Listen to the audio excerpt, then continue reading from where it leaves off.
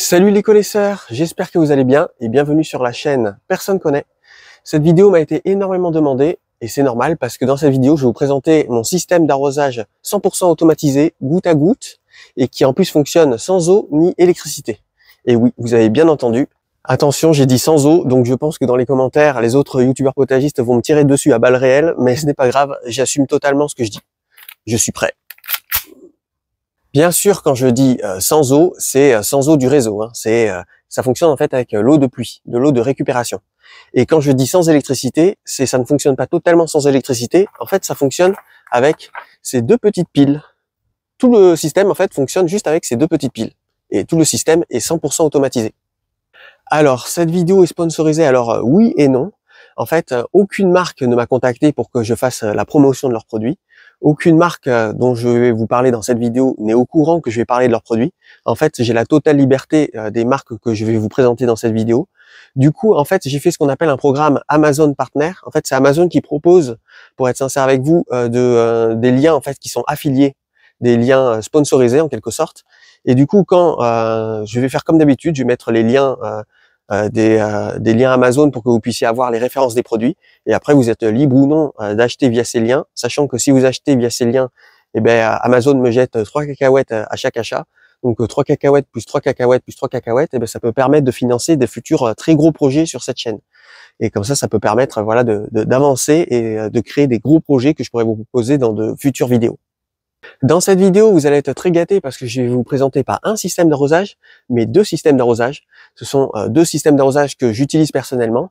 Et du coup, je vais pouvoir vous présenter les avantages de ces systèmes et les inconvénients pour que vous puissiez avoir toutes les informations nécessaires pour faire votre propre choix.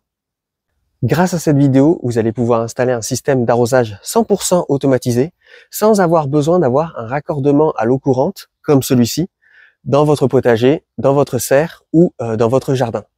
En fait, le système, je l'ai conçu pour qu'il soit amovible. Ça veut dire que vous pouvez le détacher et l'installer si vous voulez sur l'eau courante, mais ce n'est pas obligatoire. Allez, c'est parti.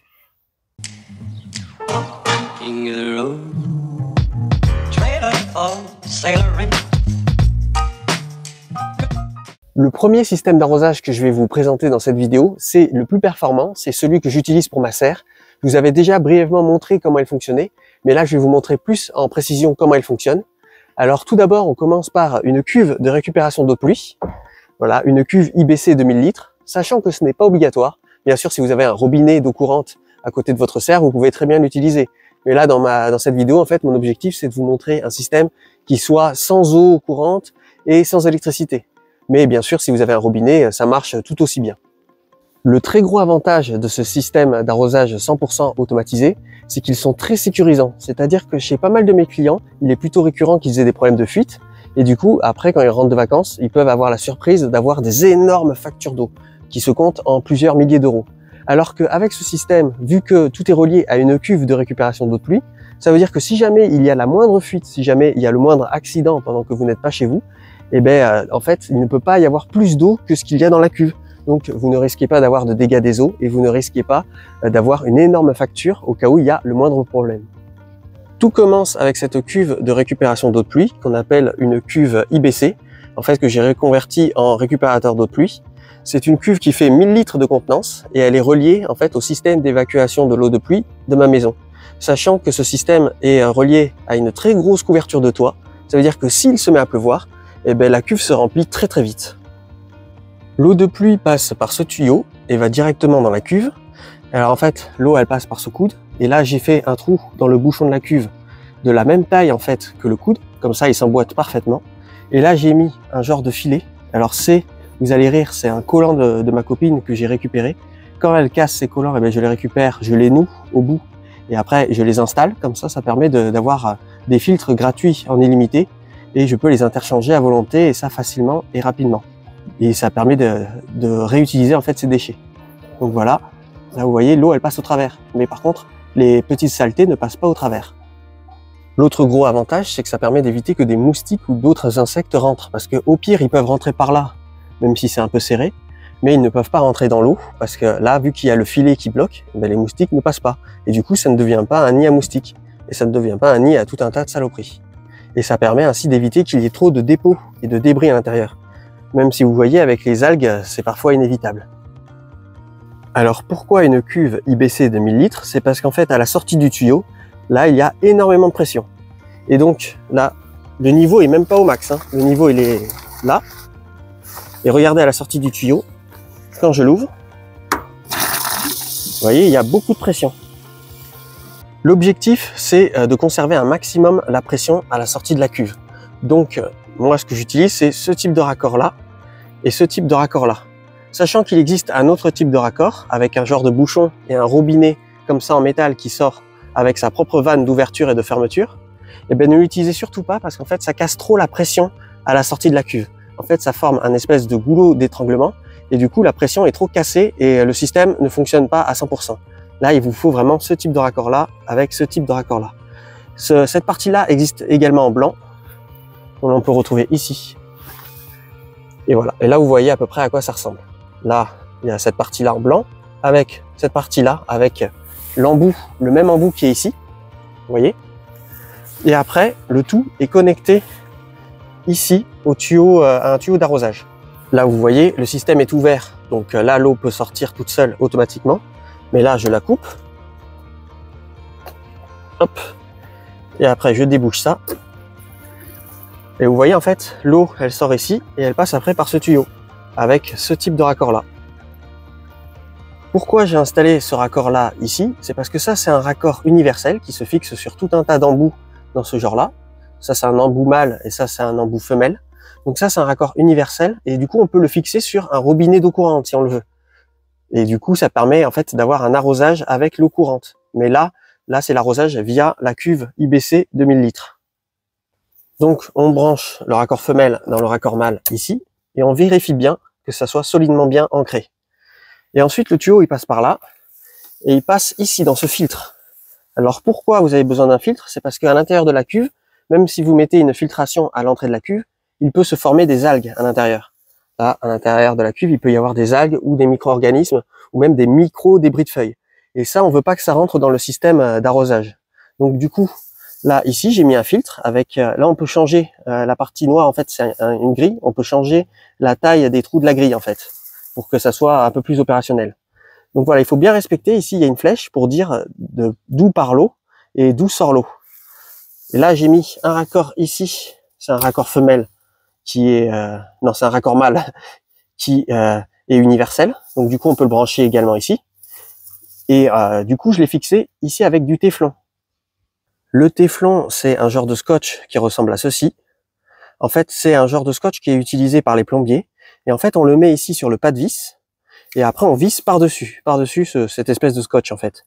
Et ça permet, en fait, d'éviter qu'il y ait des fuites. Et ça permet de sécuriser l'embout ici.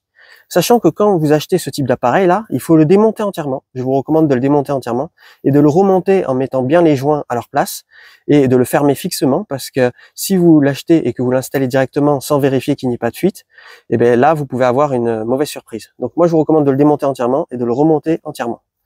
Donc voilà, là, vous avez le filtre. Là, vous avez l'embout mâle avec le téflon. Là, ici, également, il y a un embout mâle. Et ici, ça rentre par ce tuyau qui est un embout femelle universel. Ensuite, ce tuyau passe par là et il va jusque dans la serre. Là, le tuyau, il passe par là et il rejoint ici, un programmateur mécanique. Là, vous voyez, c'est la serre. Donc, ça rejoint le programmateur mécanique ici, avec un raccord toujours universel. Comme ça, tout est amovible. Là, c'est relié ici au programmateur mécanique avec du téflon pour pouvoir sécuriser, en fait, le système, pour pouvoir vraiment être sûr qu'il soit bien hermétique. Et du coup, là, ça, c'est un programmateur mécanique. Alors, pourquoi un programmateur mécanique? Ça, c'est très important. Il ne faut pas que ça soit un autre type de programmateur. Les programmateurs mécaniques fonctionnent avec très peu de pression. Ça veut dire que ça conserve en plus la pression qui est à l'intérieur du tuyau. Donc là, on peut voir, ça se présente comme ceci. Ça fonctionne avec les deux piles que je vous ai présentées en début de cette vidéo. Les deux piles, elles sont là. Et en fait, pour vérifier qu'il fonctionne bien, ici, il y a une petite lumière qui clignote. Et en fait, ça indique que il y a toujours des piles à l'intérieur du programmateur. Et là, on peut choisir en fait le temps d'arrosage. Là, on voit que j'ai réglé l'arrosage sur 120 minutes. 120 minutes, c'est-à-dire 2 heures. Et je l'ai réglé en fait tous les 24 heures. C'est-à-dire que tous les 24 heures, ça arrose. En fait, à partir du moment où on fait le réglage, ça va se déclencher au moment du réglage. Ça veut dire qu'il vaut mieux faire le réglage le soir. Comme ça, l'arrosage, il se fait la soirée. Et comme ça, l'eau ne s'évapore pas la journée. En fait, il a le temps de s'infiltrer dans le sol pendant toute la nuit. Donc voilà, là c'est 2 heures, tous les jours. Le tout, là je ferme pour le protéger. Je mets une coupelle par-dessus pour éviter qu'il y ait les rayons ultraviolets du soleil qui abîment le système. C'est pas obligatoire, mais moi je le mets, je préfère toujours jouer à la sécurité. Ensuite, là, il y a un autre raccord femelle qui est relié ici au programmateur. Là, un autre raccord femelle qui lui est relié au système d'arrosage goutte à goutte. Et là, en fait, si on regarde dans la serre, on ne voit pas le système d'arrosage goutte à goutte. Il est inexistant, on voit sur tous les Zoya, mais on ne voit pas le système d'arrosage goutte à goutte. Et ben en fait, il y est, sauf que je le mets sous le paillage. Pourquoi sous le paillage? Eh ben c'est pour, comme tout à l'heure, le protéger des rayons ultraviolets du soleil. Là, je sais pas si j'arriverai à le retrouver. Vous voyez, il est ici. Là, on voit d'ailleurs que c'est bien humide. Alors en fait, ça a une seconde utilité de le mettre sous le paillage. Ça permet de faire un arrosage hyper intelligent parce que ça arrose directement la terre et le paillage n'absorbe pas. Parce que si c'était par-dessus le paillage, vous vous doutez bien que le paillage va tout absorber et que rien ne va pénétrer dans le fond, ou très peu. Et donc en fait, nous, ce qu'on veut, c'est vraiment un arrosage de la terre et pas du paillage. Donc du coup, c'est un tuyau micro-poreux. Là, en fait, il suinte sur toute sa surface. Ça veut dire qu'en fait, le tuyau, il passe par là-bas, et après, il passe par l'extérieur là-bas. Là, il passe tout le long là, tout le long là, tout le long là, tout le long là. En fait, il arrose les concombres qui sont ici, il arrose le basilic qui est là, il arrose ici le piment, on voit ici, il arrose ce basilic là, il arrose tous les concombres, il arrose un peu ce pied de tomate même s'il est un peu loin, là il passe là-bas et il revient ici. En fait, il forme une boucle, il revient ici et il repasse par devant. Là, il arrose les pieds de tomate qui sont là, il arrose l'œillet d'Inde qui est là, il arrose le basilic, le piment qui est ici, ainsi de suite. L'autre très gros avantage d'un tuyau comme ça micro-poreux, c'est qu'en fait, vu qu'il suinte sur toute sa surface, eh ben, toute la surface de la bande de culture est humide. Là, sur toute la surface où passe ce tuyau. Donc on peut choisir où on plante les plantes. On n'est pas obligé de respecter en fait l'emplacement des buses qu'il peut y avoir dessus. Là, c'est vraiment sur toute sa surface. Et en plus, c'est excellent pour la vie du sol, parce que du coup, la vie du sol, elle trouve toujours un lieu d'humidité pour rester à proximité. Là, il y a des petits insectes là-dedans. Et du coup, ils peuvent rester à proximité du tuyau. Et c'est excellent pour la fertilité du sol. Là, on peut voir, il passe aussi à côté là, du basilic. Là, on le voit. Mieux qu'un long discours, voici une petite démonstration. Hop, la cuve est ouverte. Donc là, l'eau passe par là. Elle passe par le filtre. Ensuite, elle passe par là. Là, j'ai retiré le programmateur parce que sinon, il boucherait la sortie d'eau. Là, l'eau, elle sort toute seule. Donc, elle passe par là. Et là, maintenant, on va aller voir ce que ça donne. Là, regardez, on voit qu'il y a de l'eau qui sort. Là, on voit qu'il suinte. On voit qu'il y a de l'eau qui sort vraiment un peu partout. En fait, juste la pression de la cuve suffit à ce que le tuyau fonctionne. Il n'y a pas besoin d'avoir de pression supplémentaire. Pas besoin de raccordement à de l'eau courante, en fait. Juste avec l'eau de pluie. Et là, vous voyez le tuyau, je le mets sous le paillage. Comme ça, là, il arrose vraiment directement en contact avec le sol et il arrose pas par-dessus le paillage. Parce que ça aussi, c'est un problème que je vois qui est assez récurrent chez les particuliers qui ne connaissent pas ce type d'installation. C'est qu'ils mettent parfois le système d'arrosage goutte à goutte par-dessus le paillage. Or, c'est une très très mauvaise idée parce que le paillage, il boit tout au final. Et du coup, après, il n'y a plus rien qui arrive à la terre, ou très très peu. Il faut vraiment que ça soit sous le paillage. Moi, c'est ce que font tous les professionnels, c'est ce que je fais à mon travail d'ailleurs. D'ailleurs, si vous regardez bien, si vous regardez les massifs des fleurs qui sont réalisés par les professionnels, là, le tuyau d'arrosage goutte à goutte, il est sous le paillage, à chaque fois. Sauf des fois où, évidemment, il y a des chiens qui ont gratté ou des voitures qui ont dérapé dessus. Ça arrive très fréquemment, mais sinon, le tuyau, il est toujours sous un paillage. Donc, le tuyau micro-poreux, lien dans la description, eh bien, il passe, comme je vous avais expliqué, par là. Il revient par là. Mais après, comment il fait pour arroser l'autre partie de la serre qui est ici? Eh bien, en fait, il repasse par là. Et après, il passe ici. Là, on voit, ça, c'est un tuyau classique. C'est un tuyau qui n'est pas micro-poreux. Là, c'est un tuyau qui ressemble à celui-là, en fait. Vous voyez, ça, c'est un tuyau normal. Et en fait, le tuyau micro-poreux, alors, si j'arrive à trouver la jonction, il passe par là, et après il passe ici par un raccord. C'est ce type de raccord-là. Donc en fait, c'est un raccord qu'on emboîte, qu'il faut emboîter très fortement pour qu'il tienne bien. On l'emboîte jusqu'au bout, et après du coup l'eau passe par l'intérieur de ce raccord, et il ressort de l'autre côté, et ça on l'emboîte en fait à l'intérieur du tuyau classique.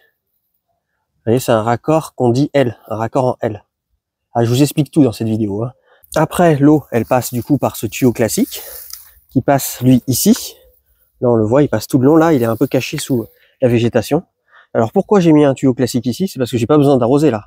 Mes bandes de culture, elles sont là, et elles sont là. J'ai pas besoin d'arroser le chemin. Sinon, il peut y avoir de l'eau qui peut s'accumuler, c'est pas terrible. Donc voilà, ça passe par le tuyau classique, et après ça remonte par là, et là ça rejoint un autre raccord qui est ici. Voilà, alors ça c'est un raccord en T. Là, je vais vous montrer un peu plus précisément. Là on le voit, c'est un raccord en T. Un raccord en T qui ressemble à ça. En fait là il est emboîté ici dans le tuyau classique, et après il est emboîté ici dans le tuyau microporeux, et après il repasse par là, et il est remboîté ici avec le tuyau microporeux. Alors pourquoi il faut mettre un raccord en T ici? C'est parce que je vais vous expliquer. Le tuyau microporeux, il passe là. Il passe là. Il passe sur toute la bande de culture ici. Il arrose tout, il arrose les poivrons, il arrose les tomates, l'œillet d'Inde. Après il arrose le chou de menton, qui est ici. Il repasse derrière. Il arrose les concombres. Regardez-moi ce concombre, il y a pas mal, hein. Là il arrose les concombres. Là il arrose ces deux concombres là. Il arrose tout. Et il revient ici. Et là, il passe dans le T. En fait, ça permet de fermer le système. Le fait de fermer le système avec un raccord en T, ça permet de conserver la pression au maximum dans le tuyau. Ça veut dire que si j'avais mis un simple bouchon ici, ça existe hein, les bouchons comme ça, mais je ne vous le recommande pas dans tous les systèmes que je vais vous montrer. Il faut toujours que ça ferme sur une boucle. Comme ça permet de conserver un maximum de pression. Là, vous voyez, le tuyau, il suinte, hein. Là, on voit de l'eau qui sort. Il suinte bien. En fait, la pression est conservée grâce à ce raccord en T qui est ici. Maintenant, pour fixer le tuyau en fait au sol, j'utilise des agrafes. Les agrafes, ça ressemble à ceci. Voilà, lien dans la description. Ce sont des agrafes en métal. Et en fait, je les plante. Là, on voit, j'ai fixé le raccord en T avec une agrafe ici. En fait, on les plante tout le long, là, les agrafes. On en met tous les, je ne sais pas combien. On en met de temps en temps. En fait, il faut que le tuyau il soit plaqué contre le sol. En fait, il faut qu'il soit plaqué contre la terre. Là, ici, on la voit bien, l'agrafe. Là. Voilà, en fait, elle est plantée. Elle est plantée comme ceci, de part et d'autre du tuyau. Là, et ça permet en fait de caler le tuyau. Et comme ça, il est en contact direct avec le sol. Et ça permet de le stabiliser. Et après, on peut mettre du paillage par-dessus. Et il ne se lèvera pas. Il restera vraiment toujours plaqué au sol. Donc là, vous allez sûrement me dire, bah, ton système, il est parfait, il est nickel et tout, tu nous as tout montré, la vidéo est finie. Mais pas exactement. Comme je vous ai toujours dit sur cette chaîne, je serai toujours honnête avec vous. Je vous ferai toujours bénéficier de mon expérience professionnelle et de mon expérience au jardin. Et donc, en fait, j'ai remarqué qu'il y avait un petit souci avec ce type de tuyau. En fait, j'ai remarqué que chez beaucoup de clients chez qui j'ai installé ce type de tuyau, au bout de nombreuses années, quand il est exposé au soleil et aux rayons ultraviolets, il finit par se dessécher et par devenir cassant, à se rompre très facilement. Du coup, c'est pour ça que je vous ai recommandé de le mettre sous une bonne couche de paillage. Et c'est pour ça que je trouve qu'il est plus adapté à une utilisation sous serre. Parce que sous la serre, en fait, les rayons ultraviolets sont bloqués par la bâche. Là, vous voyez, les rayons ultraviolets sont bloqués par la bâche. Donc du coup, ça permet ainsi de protéger le tuyau des rayons ultraviolets. Ça, plus le paillage par-dessus, une bonne couche de paillage, et ça permet vraiment de le protéger et d'augmenter grandement sa durabilité, sa durée de vie. Surtout que dans la serre, le paillage se décompose moins rapidement qu'au potager. Donc il y a moins de risques qu'il soit exposé en fait aux rayons ultraviolets. Et en plus, vu que dans une serre, il ne pleut pas, en temps normal, parce que moi ma serre est un peu vieille, vu qu'il ne pleut pas, du coup, ça permet de contrer l'effet du dessèchement de toute la serre. Ça permet vraiment de préserver une humidité pour la vie du sol, et donc c'est idéal pour la permaculture. Là, toute cette bande-là, elle est toujours humide dans le sous-sol. Et du coup, c'est excellent pour la vie du sol. Depuis l'installation de ce système d'arrosage, je n'ai plus jamais eu besoin d'arroser la serre. Tout le système se fait de façon 100% automatisée, et en plus à l'eau de pluie, donc pas d'eau du réseau. Et juste de temps en temps, je remplis les Zoya qu'il y a à l'intérieur. Et encore, c'est quand j'y pense. Mais sinon, la plupart du temps, j'éteins plutôt le système d'arrosage, car avec toutes les pluies qu'il y a eu cet hiver, l'eau a tendance à remonter dans la terre par capillarité à l'intérieur de la serre. Du coup, pour votre potager et pour vos haies et pour tout votre jardin, je vous recommande un autre tuyau qui lui est ultra résistant et ultra durable et très fiable. C'est celui-là. Vous l'avez sûrement déjà vu, il est utilisé par tous les professionnels. On l'utilise pour les mairies, on l'utilise pour les grandes entreprises, on l'utilise dans tous les massifs de fleurs, on le voit partout. C'est ce tuyau-là. Bien sûr, le lien est dans la description. Et en fait, voilà, c'est un tuyau goutte à goutte qui est très performant. Je suis sûr que vous voulez voir ce système d'arrosage goutte à goutte à l'œuvre. Alors tout commence ici, comme tout à l'heure, une cuve IBC de 1000 litres, là, qui est reliée à cette gouttière, qui est reliée à la toiture de mon garage. Donc voilà, là on peut voir qu'elle est remplie, elle est bien remplie, hein, jusqu'ici à peu près.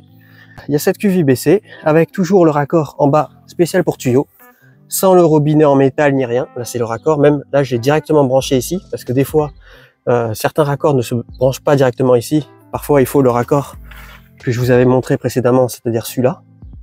Mais là, celui-là, il se branche directement ici. Donc c'est parfait. Donc là, je viens y brancher dessus la prise universelle femelle sur la prise mâle. Hop, voilà. Après, ça passe par ce tuyau. Alors le tuyau, voilà. Il n'est pas branché parce que je ne m'en suis pas servi depuis un petit moment. Et là, voilà. Le tuyau, il est là. Avec toute la pluie qui est en ce moment, je m'en sers pas beaucoup. Mais cet été, il va m'être indispensable, surtout quand je vais partir en vacances. Donc là, je le branche, comme tout à l'heure, à un filtre. Alors là, c'est encore plus important de mettre un filtre, parce que vu que c'est un tuyau avec des petites buses, les petites buses peuvent se boucher si jamais il y a des impuretés ici dans la cuve. Sachant qu'on ne sait jamais, il peut toujours y avoir des impuretés, même si on met des filtres là-haut, il peut toujours y avoir des impuretés à l'intérieur, avec les algues qui se forment à l'intérieur. Là, on peut voir un peu les dépôts qu'il peut y avoir. Donc là, on met un filtre, comme tout à l'heure. Donc voilà, il faut bien vérifier que ça soit bien branché. Hein. Là, vous vérifiez bien, vous trifouillez un peu. Il faut que ça soit bien ancré. Que toutes les bagues, en fait, s'alignent. Pour être sûr qu'il n'y ait pas d'eau qui sort là et qu'on perde de la pression et que ça fasse une fuite. Après ça, eh bien, il faut le brancher ici au tuyau d'arrosage goutte à goutte. Voilà, tout est branché, c'est nickel. Là, voilà. Et maintenant, ben, on va ouvrir la cuve qui est ici. J'ouvre ma cuve de récupération de l'eau de pluie. Et voilà, tout passe là-dedans. Alors je vérifie qu'il n'y ait pas de pli ici sur le tuyau, parce que s'il y a un pli en fait, ça peut baisser la pression, ça peut couper le réseau. Donc l'eau passe par là, elle passe par là, elle passe par là, elle passe là. Après là, le réseau goutte à goutte, eh bien, il passe ici. Ici, il fait une boucle, là où il passe là, il passe là, il passe là, il passe là, pour arroser la bande numéro 1.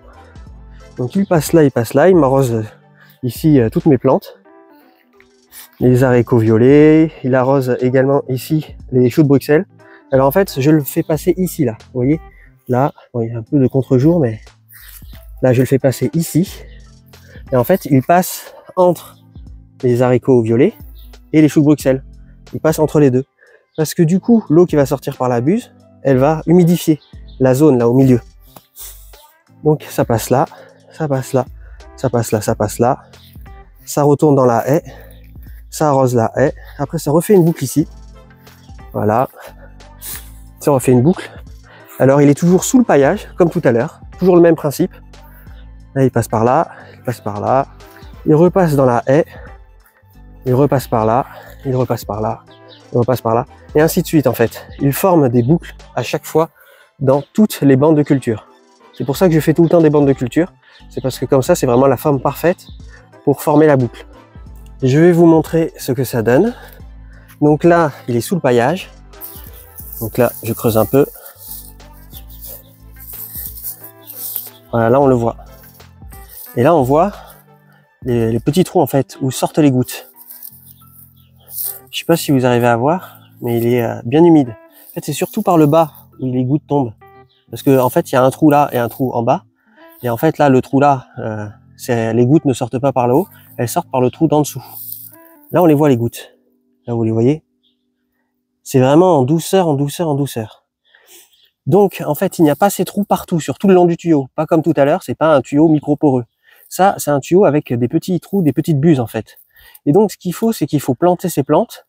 Là, vous voyez, ici, j'ai... qu'est-ce que c'est ça déjà? Un piment. Ici, j'ai un piment, d'où des Landes. Et il est planté à côté de là où il y a la buse, là où il y a les gouttes qui tombent. Là, vous voyez, on les voit les gouttes qui tombent. Et ce sont les gouttes du récupérateur d'eau qui est juste là. Hein. Là, vous voyez. Et du coup, ça fait un arrosage à l'eau de pluie qui est automatisé. Un arrosage que à l'eau de pluie, pas à l'eau du réseau. Et donc voilà, il faut toujours planter les plantes à côté des trous pour que ça soit un arrosage qui soit vraiment à proximité des racines des plantes. Après ce tuyau, ben, vous mettez le paillage par-dessus, hein, comme tout à l'heure, exactement comme tout à l'heure. Et voilà. Et là, on dirait pas, mais le tuyau, il couvre une très grande surface. Là, il passe par là, il fait tout le long de la haie au bout là, il passe par là, là, il fait tout le long de la haie là-bas, il repasse par là, par cette autre bande de culture ici, il fait tout le long de la haie ici, il repasse par là, fait tout le long de la haie ici, il repasse par là, tout le long de la haie, et il repasse par là. Là, d'ailleurs, je crois qu'on peut le voir, parce qu'il faut que je remette du paillage. Il ne faut pas que j'écrase mes plantes. Là, on le voit là, le tuyau. Vous voyez, il arrose une très très grande surface. Et ce n'est pas tout. Là, ça arrose aussi bien cette bande de culture ici, mais également ici. Toute cette bande de culture là. Parce que là, le tuyau, je le branche ici. Là, on le voit. Je le branche ici, là.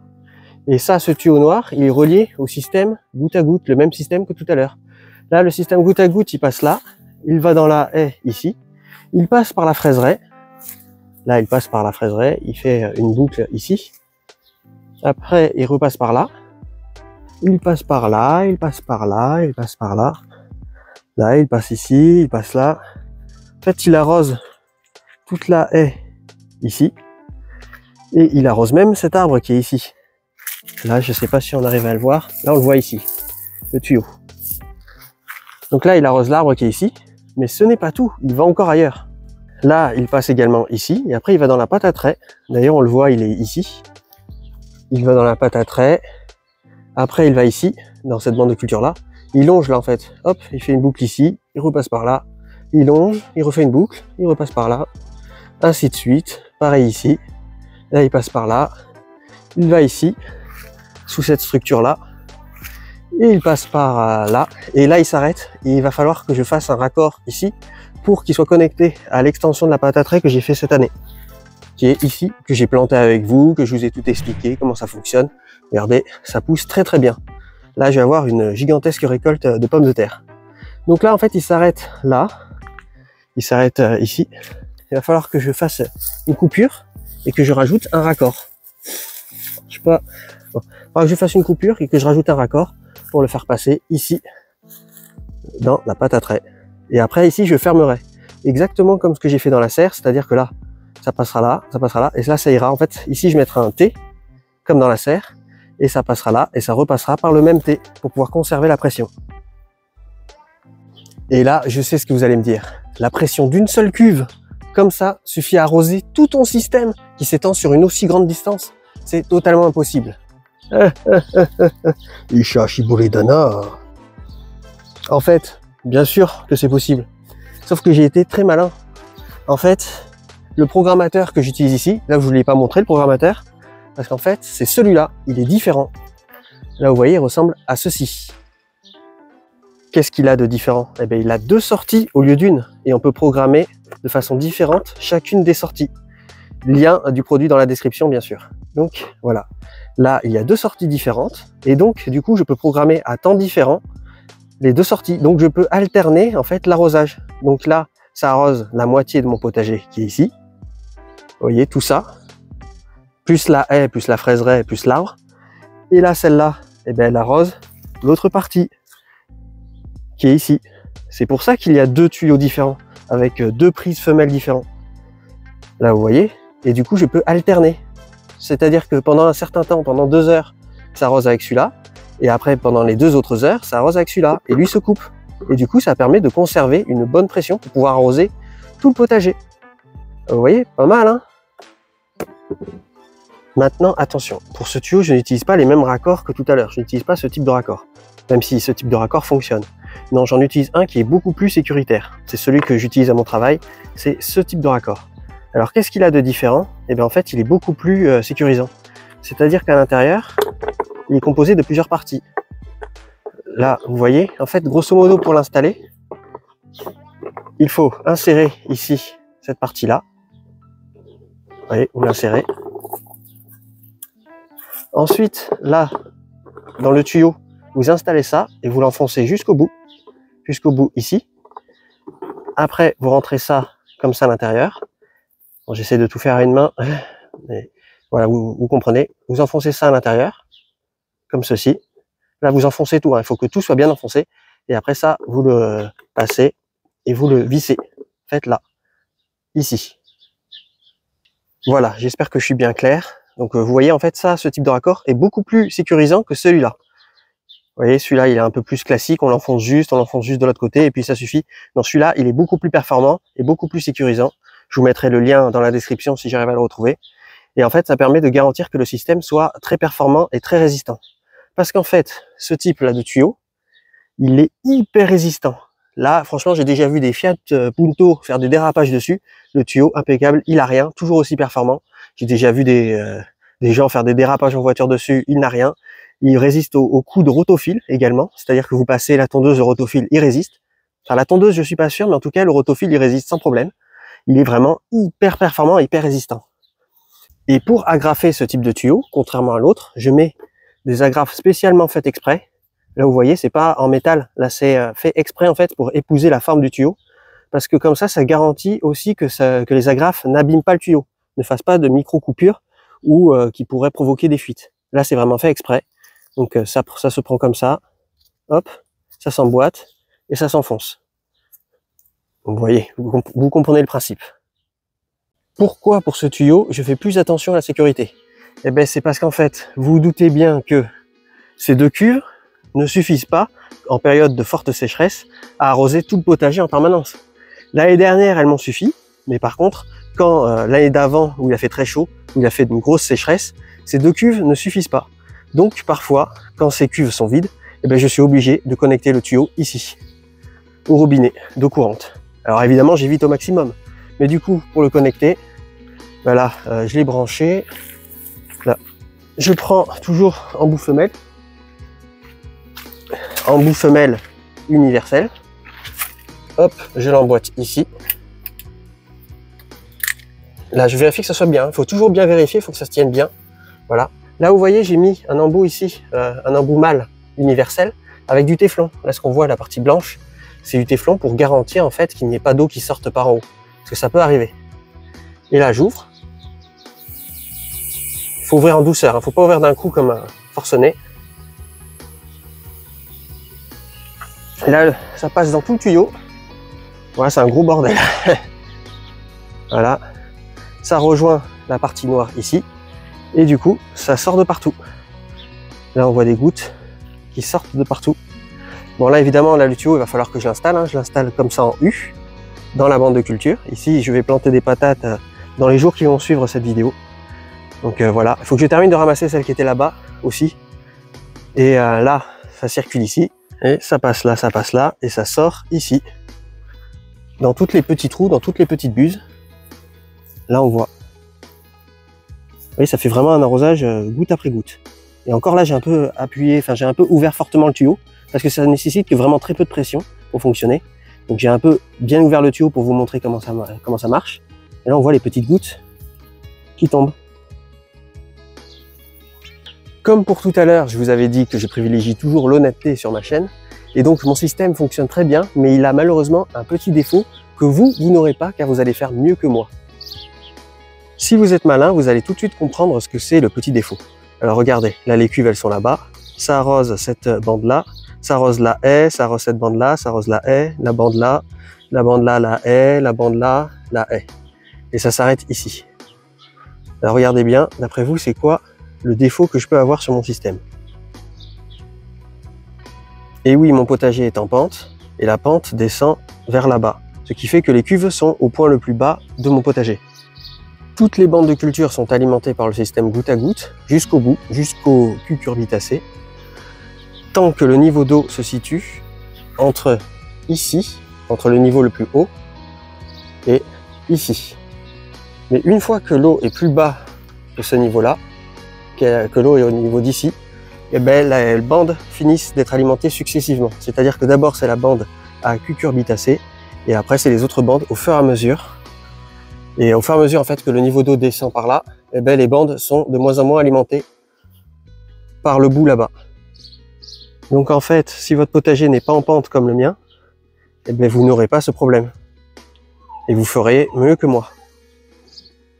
Alors j'ai déjà réfléchi à pas mal de choses, hein, vous inquiétez pas dans les commentaires. Alors oui, je peux connecter les deux cuves entre elles pour doubler la puissance en fait de pression à la sortie.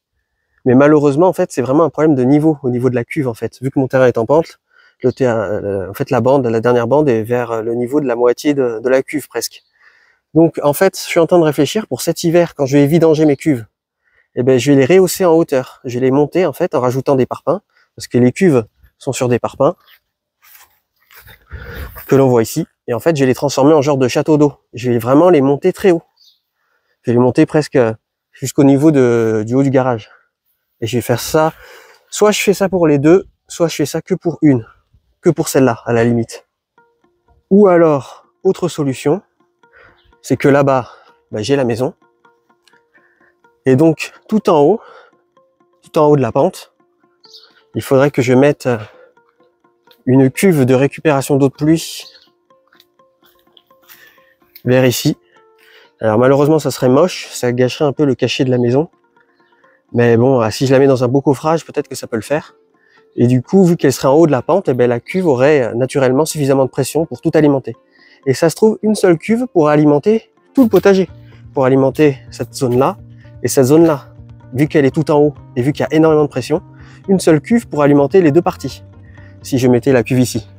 Peut-être, hein, ça c'est en théorie, il faudrait voir en pratique.